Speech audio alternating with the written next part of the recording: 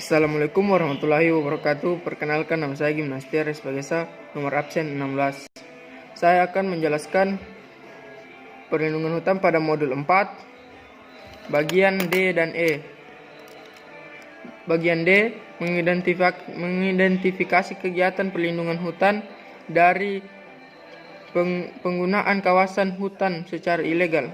Pertama, penggunaan kawasan hutan untuk kepentingan pembangunan di luar kegiatan hutan. Bagaimana maksud dilakukan berdasarkan izin pinjam pakai kawasan hutan. Bunyi pasal 6 ayat 1 PP tersebut, izin pinjam pakai kawasan hutan dimaksud dapat dilakukan sebagai berikut.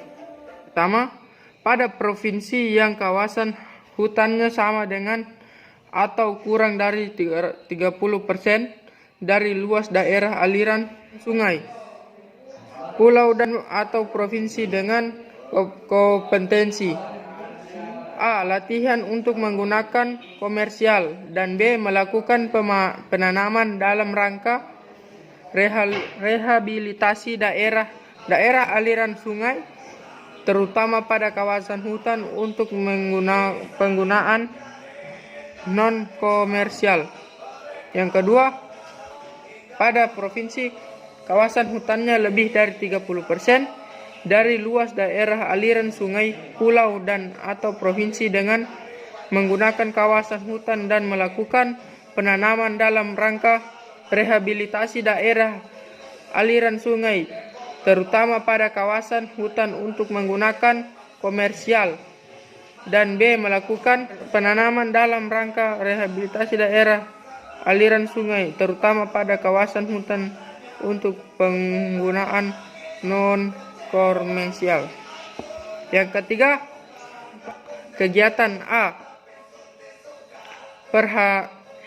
Pertahanan negara, sarana keselamatan lalu lintas laut atau udara, dan sarana meteorologi, klimatologi, dan geofisika. B. Kegiatan survei dan eksplorasi. Dan C. Penampungan korban bencana alam dan lahan usahanya yang bersifat sementara tanpa kompensasi lahan atau tanpa kompensasi membayar penerimaan negara, bukan pajak, penggunaan kawasan hutan, dan tanpa melakukan penanaman dalam rangka rehabilitasi daerah aliran sungai. Kita masuk pada bagian E, mengidentifikasi kegiatan perlindungan hutan dari pembalakan liar. 1. Secara umum, illegal logging dapat disebabkan oleh beberapa faktor, antara lain: 1. Tingginya permintaan kebutuhan kayu yang berbanding terbalik dengan penyediaannya. Yang kedua, pemegang HPH tidak melakukan penebangan sesuai sistem tebang pilih tanam Indonesia atau TPTI. Yang ketiga, masih lemahnya penegakan dan pengawasan hukum bagi pelaku tindak pidana illegal logging. Yang kelima, keadaan sosial ekonomi masyarakat yang belum memadai. Penanggulangan illegal logging dapat dilakukan melalui kombinasi upaya monitoring atau deteksi, upaya pencegah preventif, dan upaya penanggulangan represif. Upaya penanggulangan tersebut dapat didukung dengan: 1. Mengoptimalkan pos-pos tempat penarikan retribusi yang banyak terdapat di pinggir-pinggir jalan luar kota.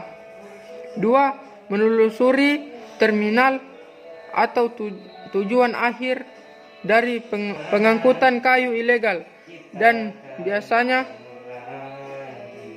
tujuan itu adalah perusahaan atau industri yang membutuhkan bahan baku kayu. Yang ketiga, pemerintah melalui Kementerian Lingkungan Hidup dan Kehutanan dalam penerapan Undang-Undang Nomor 41 Tahun 1999 tentang Kehutanan dan Undang-Undang Nomor 18 Tahun 2013 tentang Pencegah dan Pemberantasan Perusakan Hutan atau P3H oleh petugas lapangan. Dan yang keempat, memobilisasi berbagai sektor pembangunan, mengarahkan pembangunan pada daerah-daerah rawan illegal logging agar dapat meredam atau realisasikan kebutuhan lapangan kerja serta melibatkan masyarakat sipil atau LSM lingkungan dalam pemberantasan illegal logging. Sekian dari saya. Assalamualaikum warahmatullahi wabarakatuh.